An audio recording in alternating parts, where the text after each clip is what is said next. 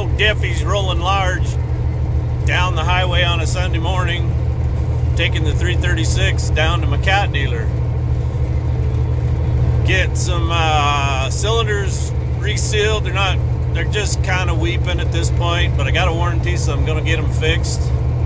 And they're going to do something else on it I'm excited about. They're going to put some stuff on there, and I'll show you that. I had a subscriber send me something.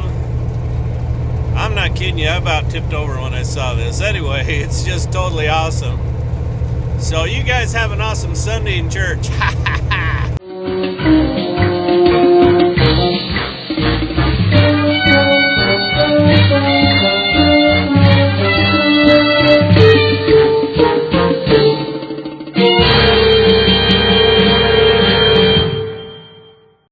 So we're back down to 2-lane here on I-15. Western Construction out of Boise's doing the other lane. They have done an awesome job. The amount of time in which they've completely tore up all the asphalt over there, redone the base and relayed 2 layers of asphalt's incredible. Pretty impressive. But we're getting a new overpass down here, the Chubbuck overpass. My cat dealer wanted to build out here along these hills right down at the Flying Y, the interchange of I-86, 84, and I-15. And the state said, oh, we got no plans for building an overpass, so they went like 15 miles to the south out of town, which sucks. And then all of a sudden the state comes in and goes, yeah, we're going to build an overpass. I would have much rather had my dealer out here on these hills. Would have been better visibility for them, better access for everybody at the junction of the 2 interstates. But it's a beautiful day today. It's just gorgeous until the rain comes. There's nobody out on the highways. It's just nice. It was a nice drive down. This was an excellent day to do this. This is Pocatello I'm passing through right now. Sure hope I got my boom down. Sure don't want to hit no overpasses.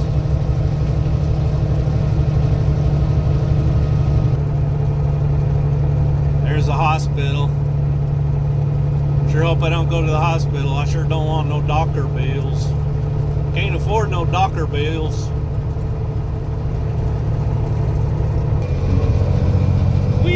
We're a hauling ass now. 75, returner and J-Con. Woo!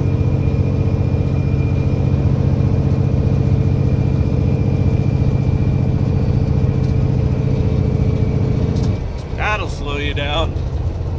I have a lot of really cool subscribers that offer me suggestions, tips, and everybody else gets to see and hear that. So we all learn. And it's like, I'll never forget this, when Bruce Mallinson from Pittsburgh Power was out to my shop, and we were talking about haters and people who, you know, in his career, he's had a lot of people, you know, rag on him and badmouth him. And he told me this, and I'll never forget it. He said, we get more done, Jeff, when we work together. And that's really true. And I have some awesome subscribers. They work together. They send me cool stuff. They offer me information and easier ways to do stuff. I don't know everything. Nobody knows everything. And so there's always room to learn. I'll never forget that, what Bruce told me, and it's absolutely true. You apply that in your life, things will sure go a lot easier. We get more done when we work together. Hey, by the way, I had some really large donations to Shane to help him out. Man, I really appreciate that, guys. Right now, his power's off again. As soon as I get paid on my government job, get some more money in my pocket, I'm going to get his power turned on. So he's able to cook. have some lights and a TV, and make his life a little more comfortable. But that's really what life's about, is helping other people. And man, I really appreciate those of you who've donated to him. In my wildest dreams, I never thought this would go on this long. His lawyer really let him down. Really let him down. But we'll leave that subject for another day and go into that quite a bit more. There's my cat dealer. That's a brand new $25 million facility they built there. It's quite the facility. They got a lot of iron out there. Pretty nice. Okay, Jake brake on. Time to put down the camera, shift some gears.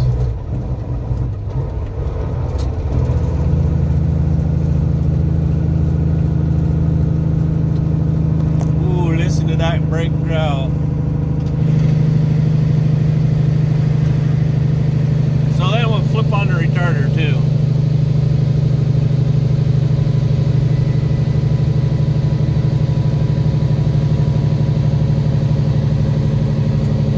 Okay, I'll just use the brakes and the retarder. Since I got houses here, people probably still asleep. Just go retarder and brakes. This is a nasty little exit. You better be slowed down in a truck or you're gonna have a kaboom. This is what they call the Portneuf Gap. Scale House is just up around the corner here, about another couple miles.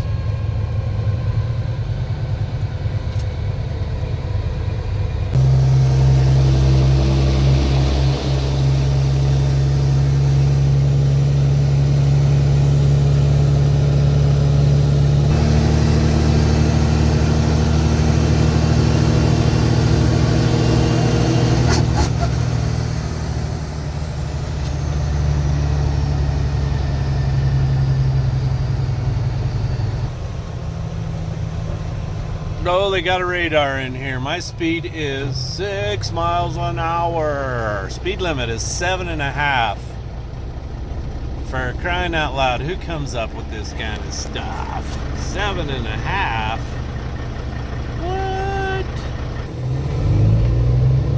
Hope it don't try to close on me while I'm coming through. Hey, now there's your motor. What's that?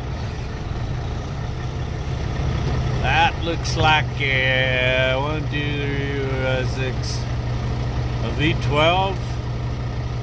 What engine's that, fellers?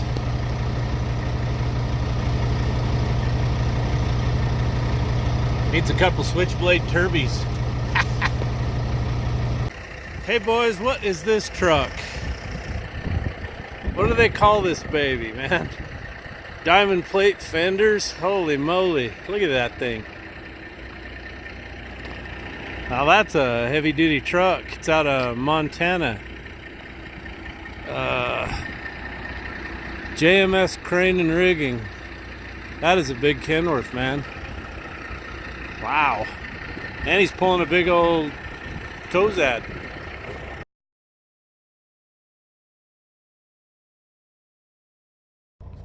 So I had to go inside to the after hours parts deal. And I got 4 of these gaskets. These are the turbo mounting gaskets on a 343. They don't have the center divider like modern ones do. But that's the gasket that blew out on the Horror. It wasn't a metal one. It was one of those of you who've seen them, kind of a floppy fiber stuff.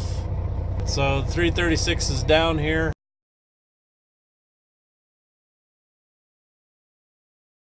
Delivered, and I am out of here. I'm going to go home and take a nap. I am exhausted. Hey, good morning, everybody. It's going to be an epic day, not in a good way. Got a cold front coming through. It's going to be miserable, I think. We'll spend most of our day in shelter hiding from the lightning. But anyway, I got a bunch more of my Anderson and FlexFit hats in. So I'm filling some orders and sending some stuff out, sending one clear to Australia to Zach Grubb in Ungaree, New South Wales, Richard Campbell in Auckland, New Zealand, and the last one to Madeline Faulkner in Holden, Maine. Thank you for supporting me, guys. And for those of you who are waiting for an old Kenny hat, those should be here this week, and I'll get those out. Thank you.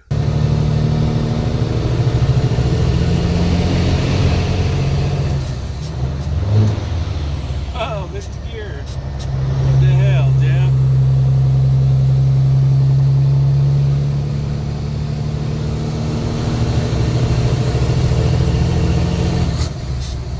Turbo fire. So I'm headed back down to the dealer to get my 336. They resealed the let's see, stick ram and the bucket ram. Anyway,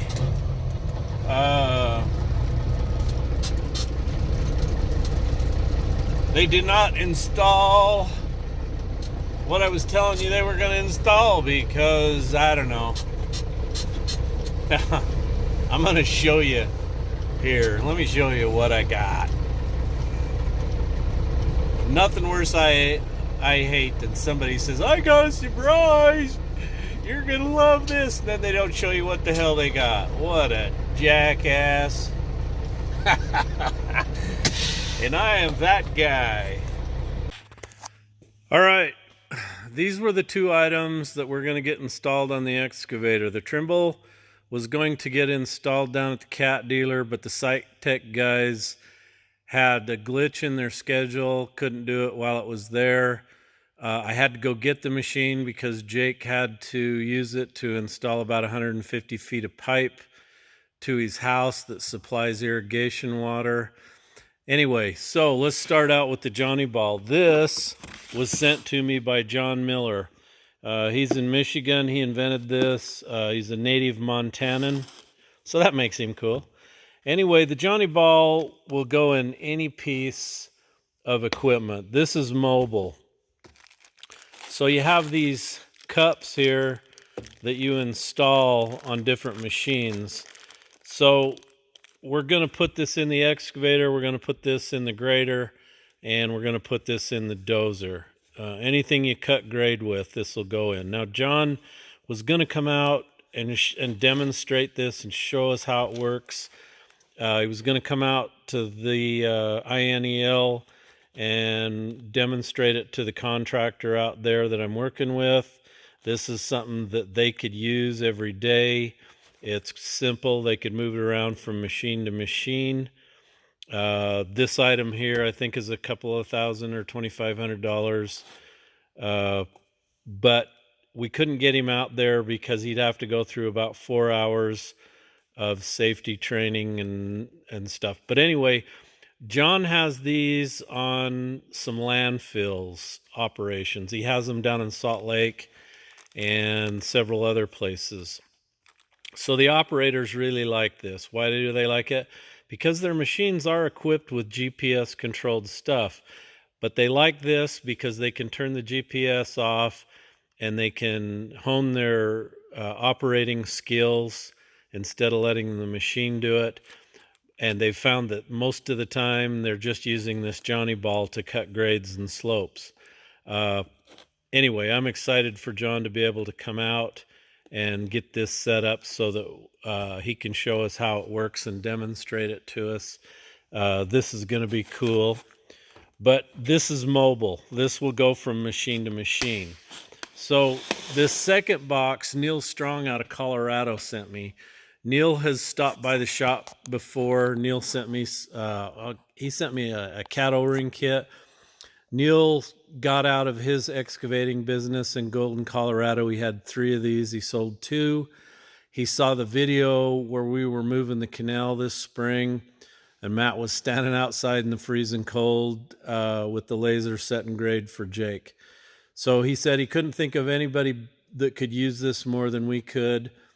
And Neil, when I opened this box, I just sat there in silence with my mouth hanging open. I didn't know what to say. Uh, I still don't know what to say. I am absolutely flabbergasted that you would send me this. I mean, this is absolutely incredible. So this unit is going to go in the excavator, and that's what it was made for. And if I understand it correctly, most of the new Cat machines are coming with this. This is not a GPS system. This is less money than a GPS, but this is still like $10,000 right here. And that's why, even to this day, I'm just absolutely, I don't know what to say. I mean, this is the coolest thing ever, is to get sent this kind of stuff. And that's what I was talking about earlier about my subscribers.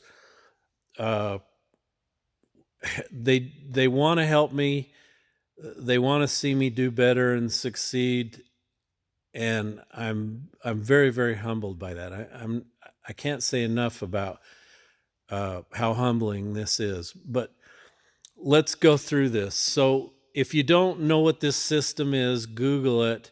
You'll see some videos on there. I think the Dirt Ninja or somebody shows how it works. But you've got sensors. Now, this is a laser receiver that goes on the stick. And then you've got some other sensors. And I think one goes on your dog bone, and the other one's going to go on your boom. And what this allows you to do is to take your bucket and reach out. And I don't care how you have the bucket set. Once they get these sensors on and calibrate them, it knows somehow with that sensor where that bucket's going to be. So you're going to reach out and you're going to touch a benchmark. And then you're going to poke in the grade that you want to cut to and everything in here. And then you're good to go and you start cutting. Now, when you move, you got to reach out with your bucket and reset it and touch a benchmark. Or if you've got your laser set up, I'm assuming you can use this. And once the laser picks up the signal and you move your stick on here, I'm assuming these are receivers in here that receive the signal. And then that can tell the machine where your stick is in relativity to your benchmark, so that you can just move and go, move and go, move and go. Anyway, the Site Tech guys are going to come to my shop now, and they've got to weld on the brackets to put the sensors on, and then get everything installed. He sent me the wiring harness, everything. Now, the Site Tech guys did talk me into upgrading this a little bit. And this is like a suction cup that would stick to the window. But what they want to do is they want to put in like a pogo stick that goes on the floor, and then your display mounts to that. And they said it's more stable. Anyway, can't wait to show you these two items, the Trimble and the Johnny Ball. We're going to use them together. I think this is going to open a lot of new doors for us. This is going to make us way more productive. Neil told me that when he got these installed, that his guys just got a lot more stuff done because you don't need one guy standing there with a rod. So it just makes you more productive. You get stuff done cheaper. So I can't say thank you enough to Neil for sending this to me, and to John for giving me the opportunity to try this out. Look forward to seeing you, John. We'll get this installed and show everybody how that works. We'll get it in the grader, the excavator, and the dozer. Any kind of tool you can use to speed you up and keep you in the machine so you don't have to get out and eyeball and check things is just a plus. And I think the combination of these two are going to be really neat. So thank you very much, guys. So I came down to get to 336, but I can't find it. So I called my PSSR, and anyway, I guess they didn't take it out of the shop. So I guess they got somebody working on it. So I'm out here perusing the equipment. There's what you need right there. Is that a 390? Big sun gun. 374. That's what they need out there on that job I'm on to load them haul trucks. That's a 390 right there. With the window up. No, window broke. Brand new one. Damn truckers. Probably that Shane Marzoff. Huh? You do this, Shane? Look at the undercarriage on these. What is that? D10? D9 size undercarriage? That's a lot of undercarriage, man.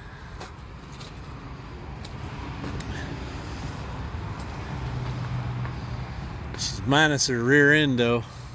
A rear end. Counterweight. Wonder what these weigh. 50,000 tons. Quite the machine. It's huge.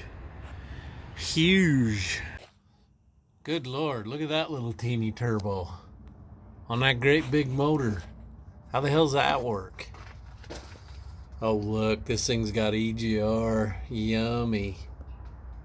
This great big dude's got EGR and a DPF. Trouble, trouble, trouble.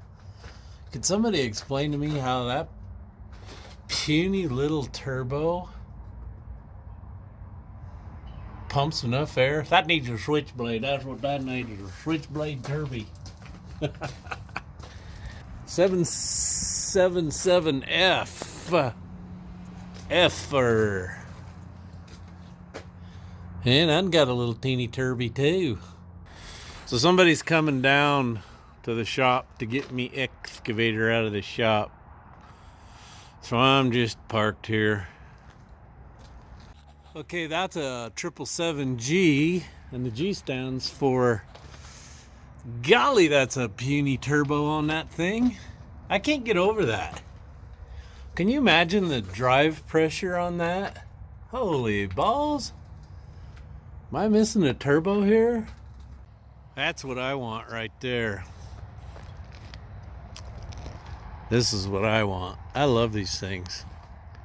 These are a cool little tractor. Do a lot of cool stuff, man.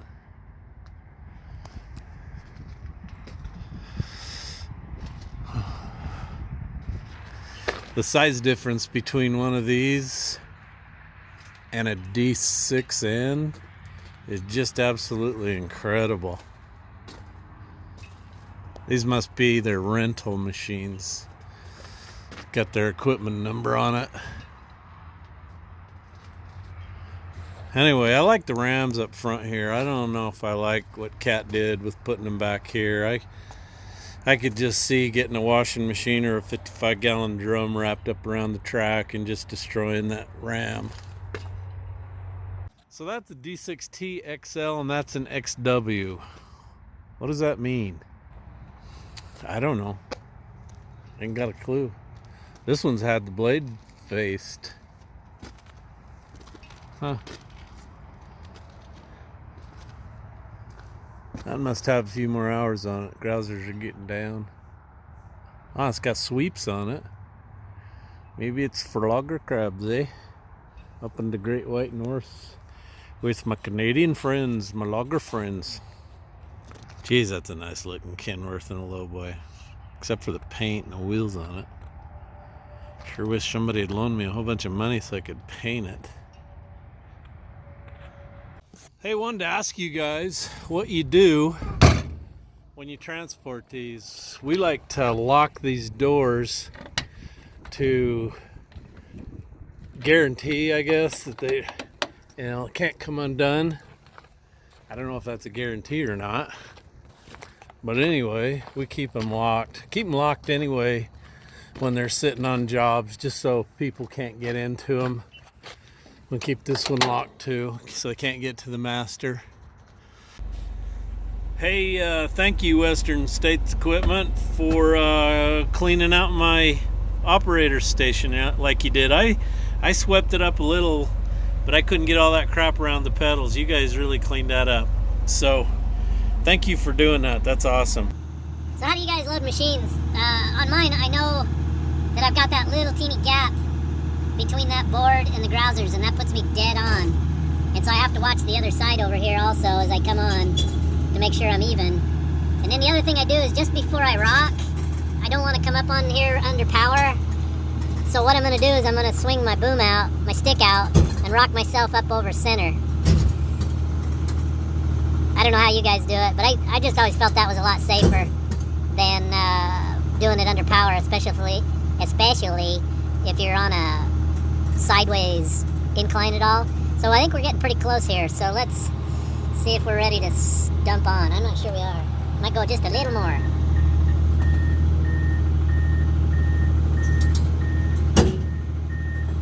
When you get to that point where she's really wobbly, you're right there.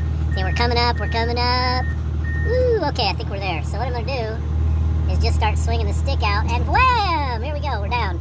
How's that? So I get it out there so I got plenty of weight on her. How was that? Oh, I did it correctly, but I'm off a little bit because I'm sitting here filming and talking to you instead of paying attention to my job, which is, probably should stop using the individual pedals and just use the forward pedal. So I still got to go over just a little bit there. There we go.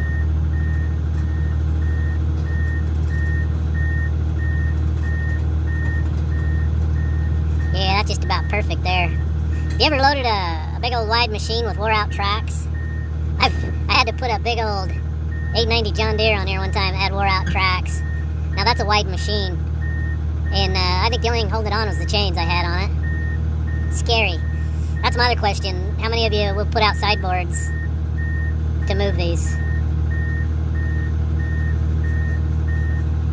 I know. My Australian friends are telling me I need a note boom or a Wiggins Wagons. I don't know whatever you guys call those. I can't remember the name of them, but they widen and they got more wheels under them than a train, and folding ramps. And while I'm talking, Jeff, don't knock the overload sign off with your bucket. I think I'm good. I'm going really careful because I'm talking to you and I don't want to mess up here. All right. Okay, so now I'm gonna bring stick in, then go back under it, hook up. So I did a track clean off job before I brought it down here. Some guy was belly aching at me because I didn't clean all this off.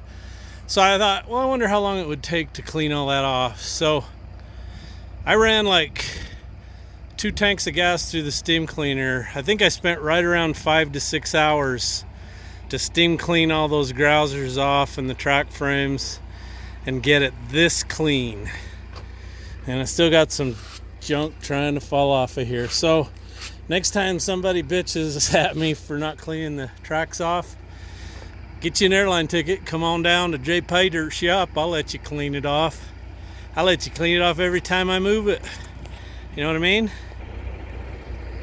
Oh, and then, okay, so I know when I back it up that far, I got to put the boom down like that, and I got to have about that much clearance under the bucket cylinder, and I got to be that far ahead to get that down to like, I think I'm about 14.2. I'd have to get out the tape measure and double check that, but I know I'm good right there. So you always want to make sure when you move these, you know what you're doing. If it's a different machine, you better get out the tape measure, because machines aren't the same. But I know if I back this one up to here, I'm good.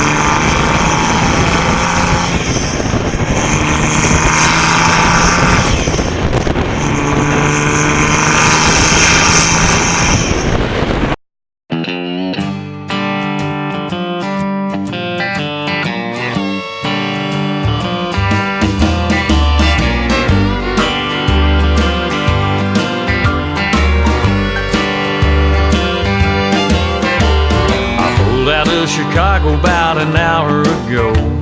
I'm rolling down the Dixie, man, I'm flying low. Eating up the miles like a big dog gnawing up bone. I'm headed for some loving and a home-cooked meal, riding 400 horses and 18 wheels. I called up my baby down in Alabama. She said I'm in the kitchen baking country ham. I really love a mess and I ain't got a thing to wear. I said all you need's that apron and your red high heels. Come on, 400 horses and 18 wheels. Riding 400 horses and 18 wheels. Man, you can't imagine how it makes me feel. Just a cloud of smoke and a flash of steel. Riding 400 horses and 18 wheels.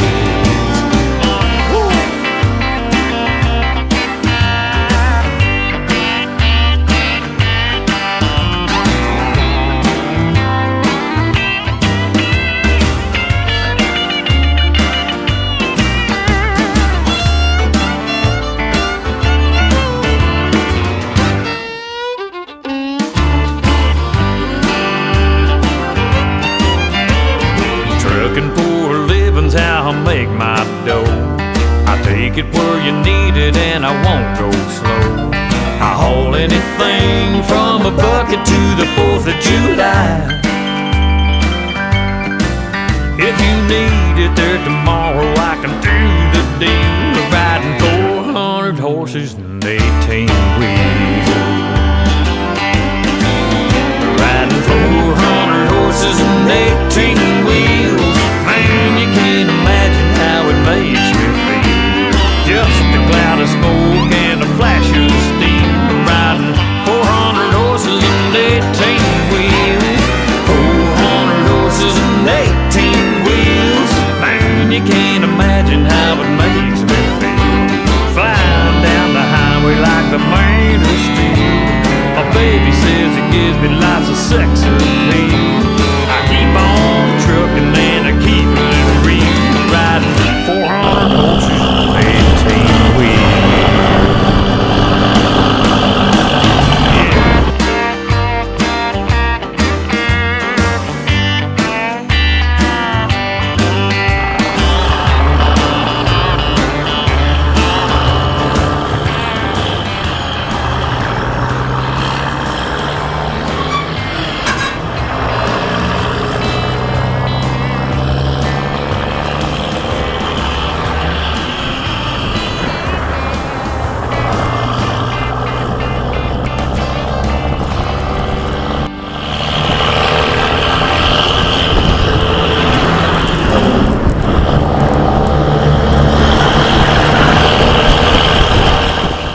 Hey, got a couple packages going out Monday morning, 5:30 in the a.m. off to work. One to Bill Allen in Phoenix, Arizona, and the other to Christopher Anderson in Mason City, Iowa. Thanks for supporting old Jpaydirt. You guys have a great day.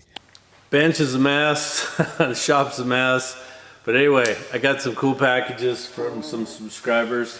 Let's see what they've sent me. But I gotta put on my reading glasses so I can read. See this, my dirty shop glasses.